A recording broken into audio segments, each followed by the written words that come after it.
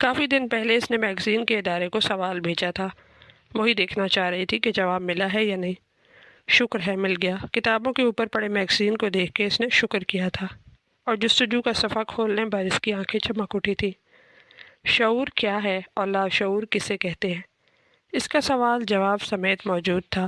اس نے میگزین ایک طرف رکھا اور فٹافٹ ناشتہ کرنے لگی۔ وہ مکمل طور پر پرسکون ہونے کے بعد جواب پڑھنے والی تھی۔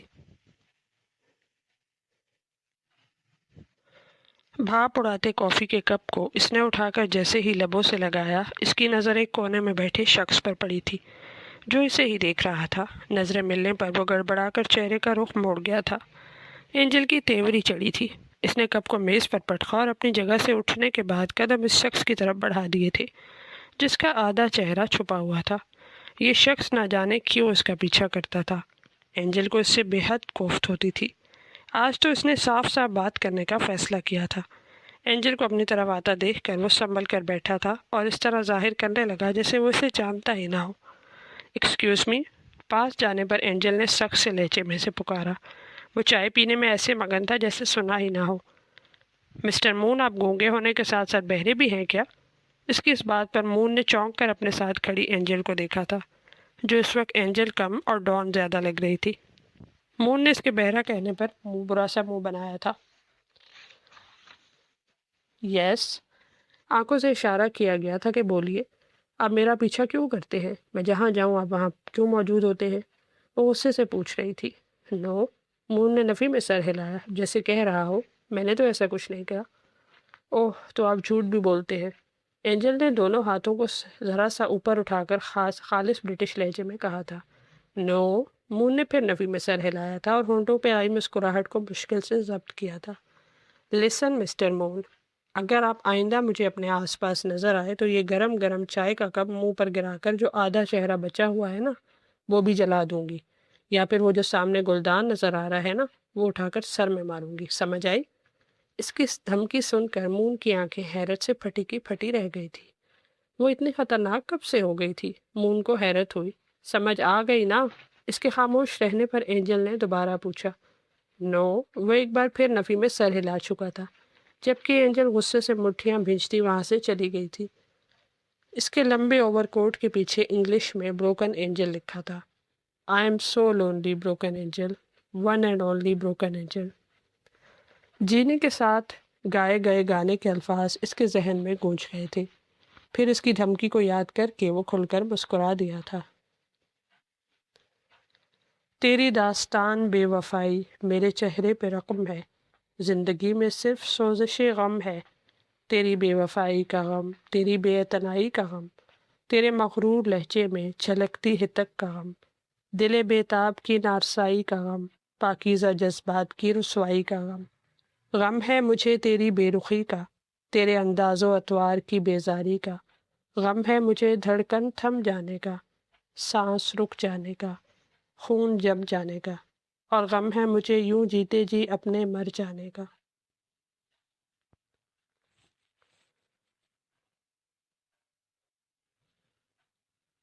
وہ 12 سال کا تھا جب پہلی بار پولیس نے اسے گرفتار کیا تھا۔ وجہ یہ تھی کہ وہ قبرستان میں موجود تھا اور مرحومہ سیدہ عائشہ جبیل کی قبر کو کھودتے ہوئے پکڑا گیا تھا۔ بہت بار پوچھنے پر بھی اس نے کچھ نہیں بتایا تھا۔ سر بچہ ہے وہ، قبر اس کی ماں کی ہے، شاید ماں کی محبت میں اسے دیکھنے کے لیے ایسا کیا ہو۔ ایک سپاہی کے کہنے پر پولیس انسپکٹر نے اس بات میں سر ہلایا تھا اور پھر اپنی گاڑی میں بٹھا کر وہ اسے سید حویلی چھوڑنے گئے تھے، اور آج پھر وہ اسی پولیس اسٹیشن میں موجود تھا، پورے 2 سال بعد۔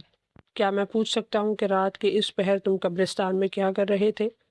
پولیس انسپکٹر نے اپنے سامنے بیٹھے 14 سالہ لڑکے سے پوچھا تھا جو سر جھکائے بیٹھا تھا۔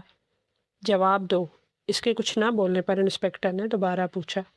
اس نے سر اٹھا کر ایک نظر انسپکٹر کو دیکھا اور پھر کچھ گنگنانا شروع کر دیا تھا۔ انسپکٹر کو لڑکے پر بے تحاشا غصہ آیا۔ میں تم سے پوچھ رہا ہوں، جواب دو، نہیں تو؟ کیا نہیں تو؟ لڑکے کے چہرے پر ایک دم ناگواری ابھری۔ جو پوچھا ہے اس کا جواب دو۔ کیوں کیا تم نے ایسا؟ کیا ہے اس قبرستان میں جو روز تم وہاں جاتے ہو؟ کیا مجھے قبرستان جانے کا حق نہیں ہے؟ الٹا سوال آیا، لیکن قبر کھودنے کا حق تمہیں کس نے دیا ہے؟ انسپکٹر نے دانت بھنچے ہوئے پوچھا۔ میں بس اپنی ماں کو دیکھنا چاہتا تھا کہ وہ مرنے کے بعد بھی ویسی ہی ہیں جیسے پہلی تھی۔ وہ پرسکون سا کہہ رہا تھا۔ انسپکٹر کو اس پر کسی پاگل کا گمان ہوتا تھا۔ کیا وہ واقعی پاگل تھا؟ انسپکٹر سمجھنے سے قاصر تھا۔ مسٹر جبیل کو فون کیا جائے، آج انہیں میں بتاؤں گا کہ ان کا بیٹا کیا کر رہا ہے۔ انسپکٹر نے اپنے دائیں طرف کھڑے ایک سپاہی سے کہا تھا جو بے یقینی سے انسپکٹر کو دیکھ رہا تھا۔ سنا نہیں تم نے؟ فون ملاؤ، انسپکٹر نے غصے سے حکم دیا۔ لیکن سر، وہ علاقے کی معزز شخصیت ہے، انہیں یہاں بلانا۔ انسپکٹر کے گھورنے پر باقی الفاظ اس کے منہ میں ہی دم توڑ گئے تھے اور وہ فوراً فون کی طرف لپکا، جبکہ لڑکا پرسکون انداز میں بیٹھا کچھ گنگنا رہا تھا۔ شعور کیا ہے؟ سوال کے پہلے حصے کا جواب اس نے پڑھنا شروع کیا تھا۔ کچھ سوال سوچ لیتے ہیں، کیا خود کار روبوٹ جو اپنا راستہ خود تلاش کر سکتا ہو باشعور ہے؟ کیا پالتو کتا جو جذبات کا اظہار کر سکتا ہے اور خود سے فیصلے بھی لے سکتا ہے، کیا شعور رکھتا ہے؟ ایک نوزائیدہ بچہ جو دودھ پی کر لڑک کر سو گیا ہے، اسے باشعور کہیں گے؟ یا ایک سوتے ہوئے شخص کا شعور جاگتے شخص سے فرق ہے؟ اس بارے میں سچ یہ ہے کہ ابھی ہمارے پاس شعور کی معروضی تعریف یا اس کی پیمائش کا طریقہ یا فریم ورک نہیں ہے۔ مادے یا توانائی کے بارے میں تفصیلی اور کامیاب فریم ورک موجود ہیں، مگر ذہن کے بارے میں ان کا متوازی نہیں۔ مگر یہ صورتحال اب بدل رہی ہے۔ اس دور کی مشترکہ زبان معلومات ہے۔ کتابیں، تصاویر اور فلمیں ہوں یا ہماری جینیاتی سٹرکچر، ان سب کو معلومات کے سٹرکچر میں ڈھالا جا سکتا ہے، جسے صفر اور ایک کی صورت میں بھی ڈھالا جا سکتا ہے۔ یہ معلومات خود کسی میڈیم کی محتاج نہیں، چاہے یہ کمپیوٹر کی یادداشت میں برقی چارج کے طور پر رہے یا کسی صفحے پر لکھی گئی لکیروں میں۔ ویسے یہ معلومات اعصابی خلیوں کے جوڑوں میں بھی حالات کے طور پر رہ سکتی ہے۔ کمپیوٹر کے ابتدائی دنوں سے ایک بحث رہی کہ ذہن کو معلومات کی حالتوں سے سمجھا جا سکتا ہے، مگر اس خیال کو کسی بھی نظریے میں بدلنے کے ذرائع کی کمی رہی۔ پہلی بار گولیو ٹیٹونی نے ایک مربوط نظریہ پیش کیا جس کو انٹیگریٹڈ انفارمیشن تھیوری مربوط معلومات کا نظریہ کہا جاتا ہے۔ یہ نظریہ دو بنیادوں پر کھڑا ہے، ایک یہ کہ شعور کی حالتیں ممتاز ہیں اور معلومات سے بھرپور ہیں، دوسرا یہ کہ معلومات مربوط ہے، کوشش بھی کی جائے تو ایک حالت کے ٹکڑے نہیں کیے جا سکتے۔ یعنی اگر آپ اپنی دوست کو روتے دیکھیں تو یہ نہیں کہہ سکتے کہ چہرہ دیکھ لیں اور رونے کو نوٹس نہ کریں، یا کسی منظر کا ایک حصہ دیکھ کر یاد رکھ لیں اور دوسرا چھوڑ دیں۔ تو جو بھی معلومات ہے وہ مکمل اور ناقابل تقسیم ہے۔ جیسے جیسے وہ پڑھ رہی تھی، سوچ کی لکیریں اس کے چہرے پر واضح ہو رہی تھی۔ اتنا پڑھنے کے بعد اس نے صفحہ پلٹا تھا۔ اس مربوط معلومات اور شعور کی اکائی کے پیچھے اعصابی نظام کے بہت سے حصے مل کر کام کرتے ہیں۔ جب یہ تعلق منقطع ہونا شروع ہو جائے، جیسے کہ نیند یا بے ہوشی کی حالت میں ہونا، تو شعور مدھم ہونا شروع ہو جاتا ہے۔ اگر منقسم دماغ والے مریضوں کو دیکھیں جن کے دماغ کے دو حصوں کا رابطہ مرگی کے دوروں کے علاج کے لیے منقطع کیا جاتا ہے، تو یہ نظر آ جاتا ہے کہ ایسے کرنے سے شعور بھی دو حصوں میں تقسیم ہو جاتا ہے۔ اس لیے یہ سمجھا جا سکتا ہے کہ شعور کے لیے اکائی کی صورت میں ممتاز حالتوں کا رابطہ درکار ہے۔ ایک کمپیوٹر ہارڈ ڈسک میں کیپیسٹی ذہن سے زیادہ ہوگی، مگر یہ اکائی کی صورت میں جڑی نہیں ہے۔ اس ہارڈ ڈسک میں معلومات صفر اور ایک کی صورت میں ہے، اور اس میں محفوظ تصاویر سے کمپیوٹر یہ اندازہ آسانی سے نہیں کر سکتا کہ اس میں محفوظ تصاویر ایک لڑکی کی ہے جو بچپن سے بڑی ہوتی ہوئی اب ٹین ایجر بن چکی ہے۔ بائیولوجیکل ذہن کم انفارمیشن رکھنے کے باوجود ان کو بہت آسانی سے یکجا کر سکتا ہے۔ ایسے نیورونز کے کراس لنک ہونے کی وجہ سے ہے۔ جیسے لنکس بڑھتے جاتے ہیں، وہی معلومات اتنی معنی خیز ہوتی جاتی ہیں۔ ان سے ڈنوٹی نے ایک یہ نتیجہ نکالا ہے کہ انٹیگریٹڈ انفارمیشن کی پیمائش ہی شعور کی پیمائش ہے۔ ان خیالات کو ریاضی کی زبان میں انفارمیشن تھیوری کے تصورات کے طور پہ بتایا جا سکتا ہے، اور اصولی طور پر ان کی پیمائش کسی بھی چیز کے لیے کی جا سکتی ہے۔ بائیولوجی میں کسی ایک دماغ کے نیورون، ایکسون، ڈینڈرائٹ اور سائنیپسز کو دیکھتے ہوئے اس انٹیگریشن کی پیمائش کرنا ممکن ہو سکے گا۔ اس سے جو نمبر نکلے گا وہ اس نیٹ ورک کی حالت کی پیمائش کر دے گا۔ اسے یوں کہہ لیں کہ ان کے اتحاد کا نمبر ہوگا، جتنا انٹیگریٹڈ سسٹم ہوگا اتنا یہ اتحاد زیادہ ہوگا، اور اتنا ہی یہ نمبر شعور کی حالت بتائے گا۔ اس نظریے سے ہمیں کئی مشکل سوالوں کے جواب مل جاتے ہیں۔ سیریبیلم جو کہ دماغ کے پچھلے حصے میں ہے، اس میں نیورونز کی تعداد سیریبرل کارٹیکس سے زیادہ ہے۔ اگر سیریبیلم کام کرنا چھوڑ دے تو کئی صلاحیتیں متاثر ہو سکتی ہیں، مگر مجموعی طور پر شعور پر اثر نہیں پڑتا، جبکہ کارٹیکس یا تھیلیمس شعور کے لیے بہت ضروری ہے۔ ایسا کیوں ہے؟ مربوط معلومات کا نظریہ اس کا جواب اس حصے کی سرکٹ کی پیچیدگی کے فرق سے دیتا ہے۔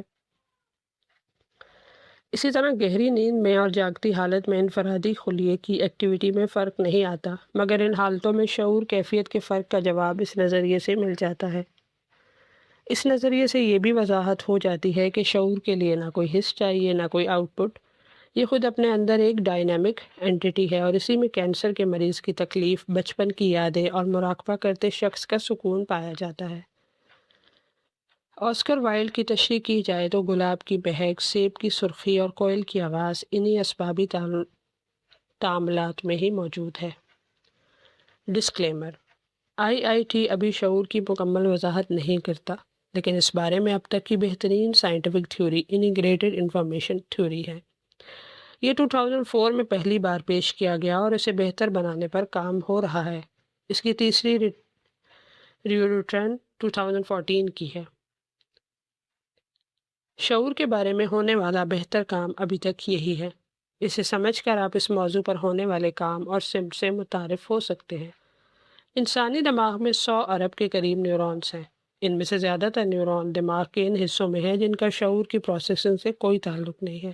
مثال کے طور پر انسان کے دماغ میں سب سے زیادہ نیورون سیریبیلم میں ہیں، جو ہماری حرکات کی کوارڈینیشن کا کام کرتا ہے، لیکن اس حصے کا شعور سے کوئی تعلق نہیں ہے۔ اس کا مطلب یہ ہے کہ ہم بہت سی ایسی حرکات کرتے ہیں جن کے بارے میں نہ تو ہمیں علم ہوتا ہے کہ یہ حرکات کیسے طے پا رہی ہیں، اور اکثر صورتوں میں ہمیں یہ بھی علم نہیں ہوتا کہ کوئی حرکت ہو بھی رہی ہے۔ نیورو سائنس کی ایجاد سے پہلے ان حصوں میں ہونے والی پروسیسنگ کو لاشعور کا نام دیا جاتا تھا۔ وہارا امباکر کی ایک نئی تحریر پڑھنے کے بعد ہانم نے گہرا سانس لیا تھا۔ جتنا وہ چیزوں کو جاننا چاہ رہی تھی وہ اتنی ہی پیچیدہ ہوتی جا رہی تھی۔ سلام سید صاحب، وہ گیٹ سے اندر داخل ہوا تھا جب گارڈ نے اسے دیکھ کر سلام کیا تھا۔ گارڈ سیدوں کا بہت احترام کرتا تھا، جبکہ وہ بھی سید خاندان سے تعلق رکھتا تھا۔ وہ بنا کچھ جواب دیے آگے بڑھ گیا تھا۔ کلاس کی طرف جاتے ہوئے اس کی نظر لان میں ٹہلتی ہانم پر پڑی تھی۔ وہ رک گیا تھا۔ وہ فون پر کسی سے بات کر رہی تھی۔ آرچے کی نظر فون پر بات کرتی ہانم پر جمی تھی۔ وہ اس کے ہونٹوں کی حرکت کو دیکھنے کے بعد اچھے طریقے سے سمجھ رہا تھا کہ وہ کیا بات کر رہی ہے۔ اچانک اس کے چہرے پر ناگواری ابھری تھی۔ وہ اپنے غصے کو ضبط کرتا آگے بڑھ گیا تھا۔ وہ جان گیا تھا کہ ہانم نے فون پر کیا کہا تھا۔ کون؟ روحان جبیل۔ دنیا کی بدقسمت ترین لڑکی ہوگی وہ جس کی زندگی میں روحان جبیل داخل ہوگا، فون پر ہانم نے مہرو سے کہا تھا۔ آرجے کی آنکھیں غصے کے باعث سرخ ہو چکی تھی۔ کوریڈور میں داخل ہونے پر اس نے پلر کو زوردار ٹھوکر ماری تھی۔ شاید ہانم نہیں جانتی تھی کہ انجانے میں وہ جو کہہ گئی تھی اس کے بدلے میں آرجے سے کبھی معاف کرنے والا نہیں تھا۔ ایک پل لگا تھا اس کو خود کو نارمل کرنے میں، اور پھر وہ گہری سانس لیتا ہوا آگے بڑھ گیا تھا۔ 5 منٹ بعد وہ پرسکون سا کلاس میں بیٹھا مس ہانم کا انتظار کر رہا تھا۔